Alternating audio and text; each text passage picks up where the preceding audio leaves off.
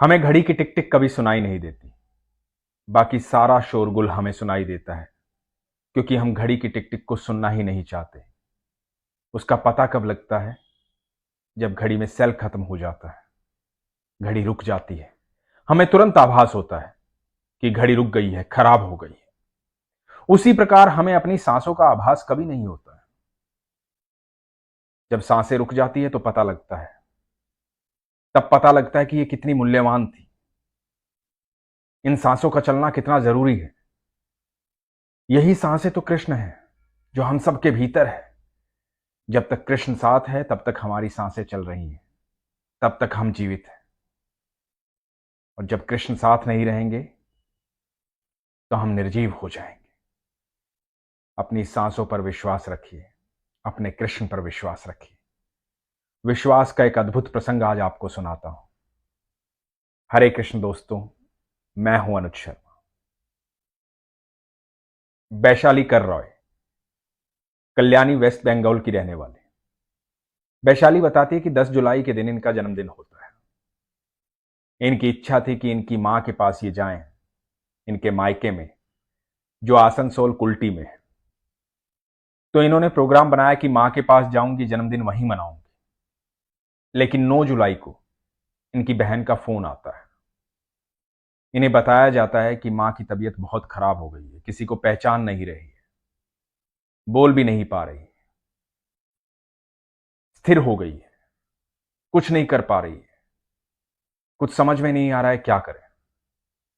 और वैशाली वहां से अपनी मां के यहां आती है। मां को हॉस्पिटल ले जाया जाता है। मां अस्पताल पहुंचती है, वेंटिलेटर पर ले जाया जाता है। वैशाली बहुत परेशान है, दुखी है। उसे तो मां के पास आना था, जन्मदिन था, लेकिन उसे यह नहीं पता था कि इस तरह से आना होगा। वैशाली इसलिए भी ज्यादा दुखी है कि 2016 में वैशाली के पिता ने इनका साथ छोड़ दिया। उनको कैंसर था। उसके 3 साल बाद वैशाली की बहन को कैंसर हो गया। वैशाली की बहन ही मां के साथ रहती है। अब वैशाली इसलिए परेशान है कि पहले पिता चले गए, फिर बहन को कैंसर हो गया, आज मां हॉस्पिटलाइज्ड है। जन्मदिन का दिन है। दिन के लिए बहुत सारी कल्पनाएं थी। मां के साथ रहूंगी, मां से बेहद प्यार करती है, मां के साथ जन्मदिन मनाऊंगी, मां भी खुश होगी, मैं भी खुश होंगी। लेकिन ऐसा हुआ नहीं। मां हॉस्पिटल में आ गई, वेंटिलेटर पर आ गई। थोड़ी देर बाद डॉक्टर्स ने जवाब दे दिया कि कुछ भी संभव नहीं है, समझ में नहीं आ रहा है क्या होगा, सब भगवान भरोसे है, सब कुछ उसके हाथ में है। अब सांसें तो कृष्ण है, कृष्ण ही तो है हमारे भीतर, जिसकी वजह से हम जीवित हैं। वैशाली बताती है कि कुछ सूझ नहीं रहा था। सारे दरवाजे बंद थे, आर्थिक हालात कमजोर थे। आर्थिक हालात कमजोर होने का सबसे बड़ा कारण यह था कि पहले पिता को कैंसर था, उसके बाद दीदी को कैंसर। कैंसर का घर में एक मरीज हो तो सारे आर्थिक हालात गड़बड़ा जाते हैं। पिता को खो दिया था और बहन हालात से जूझ रही थी, तो आर्थिक स्थिति कमजोर होना जायज था। कुछ समझ में नहीं आ रहा था। जब सारे दरवाजे बंद हो जाते हैं, जब सब लोग मुंह मोड़ लेते हैं, सारी दुनिया में अंधेरा दिखाई देता है, तो सिर्फ एक ही प्रकाश पुंज होता है, एक ही प्रकाश दिखाई देता है, वो है ईश्वर। वो हमेशा दिखाई देना चाहिए। वैशाली भगवान की अनन्य भक्त थी, शुरू से, बचपन से भगवान की आराधना करती थी, भगवान की आराधना में लीन रहती थी, ईश्वर पर बेहद विश्वास। वैशाली कहते हैं कि आप उसे ठाकुर कहें, राम कहें, कुछ भी कहें, वो जो सुप्रीम पावर है ना, वही हमारा पिता है। मैं उनको मानती हूं। और जब से आपकी वीडियोस देखना शुरू किया है, तब से मैं उनको ठाकुर जी ही बोलती हूं। तो वैशाली ने ठाकुर जी को याद किया, ठाकुर जी के सामने रोई, ठाकुर जी को बोला कि ठाकुर जी, हे प्रभु, मेरी क्या गलती है? पहले पिता चले गए, फिर बहन को कैंसर हो गया, अब मां हॉस्पिटलाइज्ड है। इसमें मेरा क्या कसूर है? मेरी क्या गलती है? मुझे बताओ। मैं तो बचपन से आपसे बेहद प्यार करती हूं, आप पर विश्वास रखती हूं, और आपके अलावा मेरे पास कोई सहारा नहीं है। आप कुछ भी करें, कैसे भी करें, मेरी मां सही रहनी चाहिए। वैशाली के हाथ में प्रार्थना के अलावा कुछ था भी नहीं। हॉस्पिटल गई अगले दिन, मां वेंटिलेटर पर। उससे अगले दिन मां वेंटिलेटर पर, लेकिन प्रार्थनाएं नहीं छोड़ी। उम्मीद थी, विश्वास था, भरोसा था, भगवान से प्रेम था। प्रार्थनाएं लगातार चलती रही।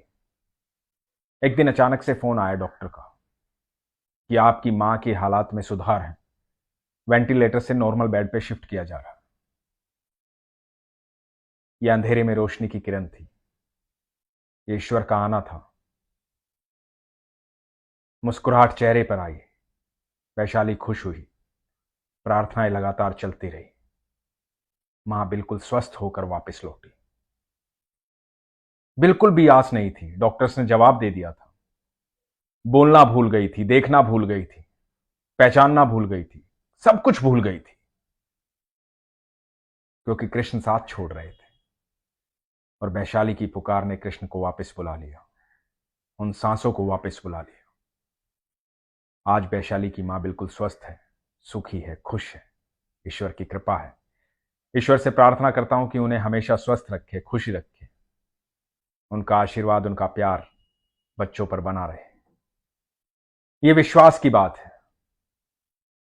क्योंकि उसके शब्दकोश में कहीं भी असंभव नहीं है, कहीं भी असंभव नहीं है। आपके लिए छोटी छोटी चीजें बड़ी होती हैं, और उसके लिए बड़ी बड़ी चीजें कुछ होती ही नहीं है। इसलिए इधर उधर ना भटके, इधर उधर अपने दुखड़े ना रोएं, घबराएं ना, डरे ना, खुश रहें, अपनी आत्मा को प्रसन्न चित्त रखें। लेकिन खुश कैसे रहेंगे, प्रसन्न चित्त कैसे रहेंगे?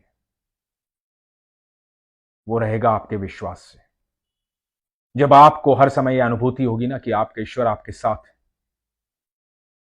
आप कभी नहीं घबराएंगे, कभी नहीं हारेंगे, कभी नहीं डरेंगे। और मैं हमेशा कहता हूं, आप उसे किसी भी नाम से पुकारें,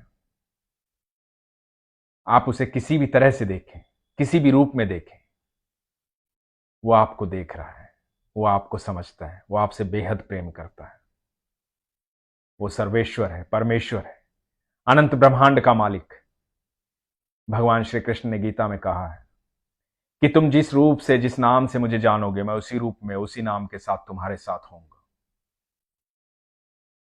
तुम जो मुझसे मांगोगे मैं तुम्हें दूंगा। तुम जैसा भाव रखोगे, मैं वैसे भाव में तुम्हारे साथ रहूंगा। इसलिए हमेशा अपने भाव अच्छे रखें, अपने मन में हमेशा अच्छी बातों को स्थान दें, अच्छी बातों को सुनें, अच्छी बातों को पढ़ें। आपकी दिनचर्या का आपके जीवन पर बहुत प्रभाव होता है। आप किनके साथ बैठते हैं, किनके साथ उठते हैं, किनके साथ बातें करते हैं, क्या साहित्य आपके पास है, क्या देखते हैं, उन सब का आपके जीवन पर बहुत प्रभाव होता है। इसलिए अपने जीवन में किसी भी नकारात्मक ऊर्जा को स्थान ना दें। कोई चीज आपको व्यथित करती है, आपको चिंतित करती है, उस व्यक्ति से, उस चीज से, उस जगह से परे हट जाएं। अपने सद्मार्ग में कोई भी ऐसी चीज ना आने दें जो आपके सद्मार्ग में रुकावट बने, क्योंकि इस मार्ग में सामने श्री कृष्ण है और इधर आप हैं।